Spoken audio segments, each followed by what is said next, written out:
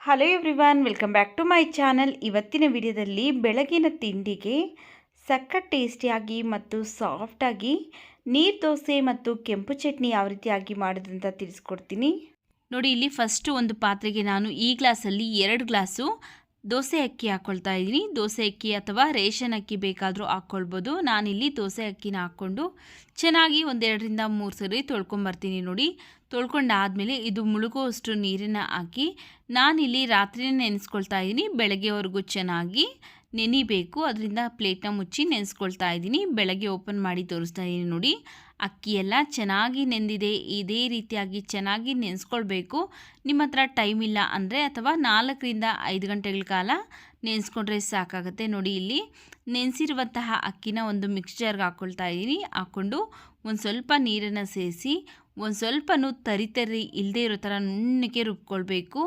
ನೋಡಿ, ಈ ರೀತಿಯಾಗಿ ಒಂದು ಸ್ವಲ್ಪನೂ ತರಿ ಅನ್ನೋದು ಇರಬಾರ್ದು.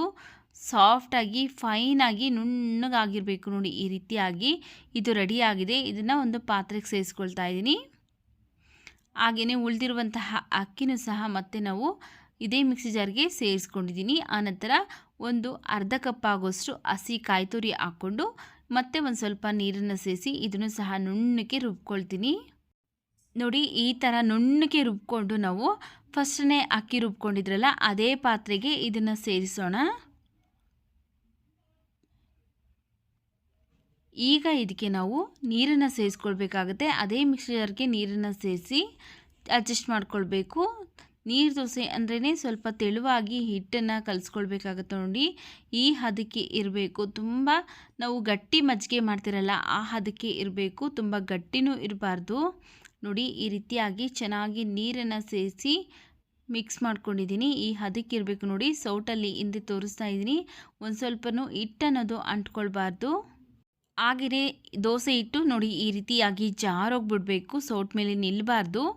ಈಗ ರುಚಿಗೆ ತಕ್ಕಷ್ಟು ಉಪ್ಪನ್ನು ಹಾಕಿ ಚೆನ್ನಾಗಿ ಒಂದ್ಸರಿ ಮಿಕ್ಸ್ ಮಾಡ್ಕೊಳ್ತಾ ಇದ್ದೀನಿ. ನೋಡಿ, ಈಗ ದೋಸೆ ಮಾಡೋದಕ್ಕೆ ಹಿಟ್ಟು ರೆಡಿ ಆಗಿದೆ. ಇದನ್ನು ಸೈಡ್ಗೆ ಇಟ್ಟು ಫಸ್ಟು ನಾವು ಚಟ್ನಿ ಮಾಡ್ಕೊಳ್ಳೋಣ, ಆನಂತರ ದೋಸೆ ಮಾಡ್ಕೊಳ್ಳೋಣ. ಸ್ಟವ್ ಮೇಲೆ ಪ್ಯಾನ್ ಬಿಸಿಗಿಟ್ಟು ಅದಕ್ಕೆ ನಾನು ಒಂದು ಅರ್ಧ ಸ್ಪೂನ್ ಆಗೋಷ್ಟು ಎಣ್ಣೆ ಬಿಸಿ ಆದಮೇಲೆ 2 ಟೇಬಲ್ ಸ್ಪೂನ್ ಆಗೋಷ್ಟು ಕಡಲೆಬೇಳೆ, 1 ಸ್ಪೂನ್ ಉದ್ದಿನಬೇಳೆ, ಅರ್ಧ ಸ್ಪೂನ್ ಜೀರಿಗೆ, 1/4 ಸ್ಪೂನ್ ಮೆಂತ್ಯ, ಒಂದು 5 ರಿಂದ 6 ಗುಂಟೂರು ಮೆಣಸಿನ್ಕಾಯಿ, ಹಾಗೆಯೇ ಒಂದು 5 ರಿಂದ 6 ಬ್ಯಾಡಗಿ ಮೆಣಸಿನ್ಕಾಯಿನ ಹಾಕ್ಕೊಂಡು ಸ್ಟವ್ ಊರಿನ ಲೋ ಫ್ಲೇಮಲ್ಲಿ ಇಟ್ಕೊಂಡು ಚೆನ್ನಾಗಿ ಫ್ರೈ ಮಾಡ್ಕೊಳ್ಬೇಕು. ಯಾವುದೇ ಕಾರಣಕ್ಕೂ ಕಡಲೆ ಬೀಜ ಹಾಗೆಯೇ ಉದ್ದಿನಬೇಳೆ ಸಿಗಬಾರ್ದು. ಲೋ ಫ್ಲೇಮಲ್ಲಿ ಇಟ್ಕೊಂಡು ಚೆನ್ನಾಗಿ ಲೈಟಾಗಿ ಕಲರ್ ಚೇಂಜ್ ಆಗೋವರೆಗೂ ಫ್ರೈ ಮಾಡಿಕೊಂಡು ಈಗ ಇದಕ್ಕೆ ಅರ್ಧ ಗಡ್ಡೆ ಬೆಳ್ಳುಳ್ಳಿ, 1 ಗಡ್ಡೆ ಈರುಳ್ಳಿನೂ ಸಹ ಕಟ್ ಮಾಡಿ ಸೇರಿಸ್ತಾ ಇದ್ದೀನಿ. ಒಂದು ಸ್ವಲ್ಪ ಹಸಿ ಕರಿಬೇವಿನ ಸೊಪ್ಪನ್ನು ಹಾಕಿ ಇವಿಷ್ಟನ್ನು ನಾವು ಚೆನ್ನಾಗಿ ಫ್ರೈ ಮಾಡ್ಕೊಳ್ಬೇಕು.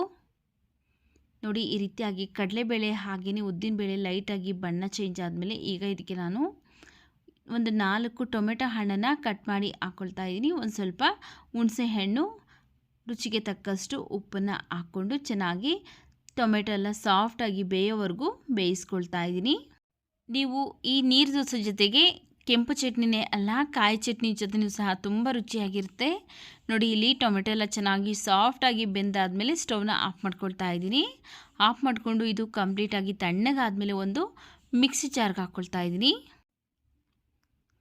ಈಗ ಇದಕ್ಕೆ ಸ್ವಲ್ಪ ಕೊತ್ತಂಬರಿ ಸೊಪ್ಪು, ಒಂದು 1/4 ಟೀ ಸ್ಪೂನ್ ಆಗೋಷ್ಟು ಅರಿಶಿನ ಪುಡಿ, ರುಬ್ಬೋದಕ್ಕೆ ಬೇಕಾಗುವಷ್ಟು ನೀರನ್ನು ಹಾಕ್ಕೊಂಡು ನುಣ್ಣಗೆ ರುಬ್ಕೊಂಬರ್ತೀನಿ. ನಾನಿಲ್ಲಿ ಉಪ್ಪನ್ನು ಈಗ ಸೇರಿಸ್ತಾ ಇಲ್ಲ. ಟೊಮೆಟೊ ಬೇಯಬೇಕಾದ್ರೆ ಉಪ್ಪನ್ನು ಸೇರಿಸಿದ್ದೀನಿ, ಅದರಿಂದ ಈಗ ಹಾಕ್ಕೊಂಡಿಲ್ಲ. ನೋಡಿ, ಈ ರೀತಿಯಾಗಿ ನುಣ್ಣಗೆ ರುಬ್ಕೊಂಡು ಒಂದು ಬಟ್ಲಿಗೆ ಸೇರಿಸ್ಕೊಳ್ತಾ ಇದ್ದೀನಿ. ಈಗ ಈ ಚಟ್ನಿ ರೆಡಿಯಾಗಿದೆ. ಚಟ್ನಿಗೆ ಒಂದು ಸಿಂಪಲ್ಲಾಗಿ ಒಗ್ಗರಣೆ ಮಾಡ್ಕೊಳ್ಬೇಕು. ಅದಕ್ಕೋಸ್ಕರ ಪ್ಯಾನ್ ಬಿಸಿಗಿಟ್ಟು ಒಂದು ಅರ್ಧ ಸ್ಪೂನ್ ಆಗೋಷ್ಟು ಎಣ್ಣೆ, ಸ್ವಲ್ಪ ಸಾಸಿವೆ, ಸ್ವಲ್ಪ ಕರಿಬೇವಿನ ಸೊಪ್ಪನ್ನು ಹಾಕ್ಕೊಂಡು ಫ್ರೈ ಮಾಡಿಕೊಂಡು ನಾವು ಈ ಒಗ್ಗರಣೆನ ಮಾಡಿಟ್ಕೊಂಡಿರುವಂತಹ ಚಟ್ನಿಗೆ ಮಿಕ್ಸ್ ಮಾಡ್ಕೊಳ್ಳೋಣ ಬನ್ನಿ.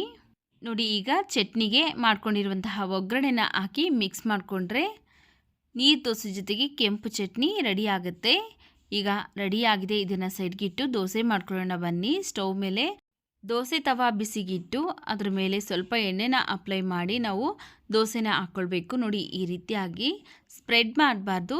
ನಾವು ದೋಸೆನ ಈ ರೀತಿಯಾಗಿ ಹಾಕ್ಕೊಳ್ಬೇಕು. ಈಗ ಇದ್ರ ಮೇಲೆ ಒಂದು ಲಿಡ್ನ ಕ್ಲೋಸ್ ಮಾಡಿ ಒಂದು 2 ನಿಮಿಷ ಬೇಯಿಸ್ಕೊಳ್ಬೇಕು ಅಷ್ಟೇ. ಸ್ಟವ್ ಉರಿನ ಲೋ ಫ್ಲೇಮಲ್ಲಿ ಇಟ್ಕೊಂಡು ಒಂದು 2 ನಿಮಿಷ ಬೇಯಿಸ್ಕೊಂಡಿದ್ದೀನಿ ನೋಡಿ.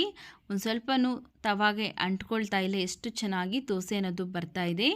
ಇನ್ನೂ ಒಂದು ದೋಸೆ ಮಾಡಿ ತೋರಿಸ್ತಾ ಇದ್ದೀನಿ ನೋಡಿ. ಮತ್ತೆ ಎಣ್ಣೆ ಅಪ್ಲೈ ಮಾಡಿಕೊಂಡು ಹಿಟ್ಟನ್ನು ಹಾಕ್ಕೊಳ್ತಾ ಇದ್ದೀನಿ. ಹಿಟ್ಟನ್ನು ಯಾವುದೇ ಕಾರಣಕ್ಕೂ ನಾರ್ಮಲ್ ದೋಸೆ ಥರ ಸ್ಪ್ರೆಡ್ ಮಾಡೋದಕ್ಕೆ ಹೋಗಬೇಡಿ. ಈ ರೀತಿಯಾಗಿ ನೀರು ದೋಸೆ ಆಗಿರೋದ್ರಿಂದ ನಾವು ಇದೇ ರೀತಿಯಾಗಿ ಹಾಕ್ಕೊಂಡು ಲಿಡ್ಡನ್ನು ಕ್ಲೋಸ್ ಮಾಡಿ ಮತ್ತೆ ಒಂದು 2 ನಿಮಿಷ ಲೋ ಫ್ಲೇಮಲ್ಲೇ ಬೇಯಿಸ್ಕೊಳ್ತಾ ಇದ್ದೀನಿ ನೋಡಿ. ಈಗ 2ನೇ ದೋಸೆನೂ ಸಹ ಪರ್ಫೆಕ್ಟಾಗಿ ರೆಡಿ ಆಗಿದೆ. ನೋಡಿದ್ರಲ್ಲ, ಬೆಳಗಿನ ತಿಂಡಿಗೆ ಪರ್ಫೆಕ್ಟ್ ಆಗಿರುವಂತಹ ನೀರು ದೋಸೆ ಮತ್ತು ಕೆಂಪು ಚಟ್ನಿ ಯಾವ ರೀತಿಯಾಗಿ ಮಾಡೋದು ಅಂತ. ವಿಡಿಯೋ ಇಷ್ಟ ಆಗಿದರೆ ವಿಡಿಯೋಗೊಂದು ಲೈಕ್ ಮಾಡಿ, ವಿಡಿಯೋವನ್ನು ಶೇರ್ ಮಾಡಿ. ಮತ್ತಷ್ಟು ಈಸಿ ರೆಸಿಪೀಸ್ಗಾಗಿ ನಮ್ಮ ಚಾನಲ್ಗೆ ಸಬ್ಸ್ಕ್ರೈಬ್ ಮಾಡಿ, ಸಪೋರ್ಟ್ ಮಾಡಿ.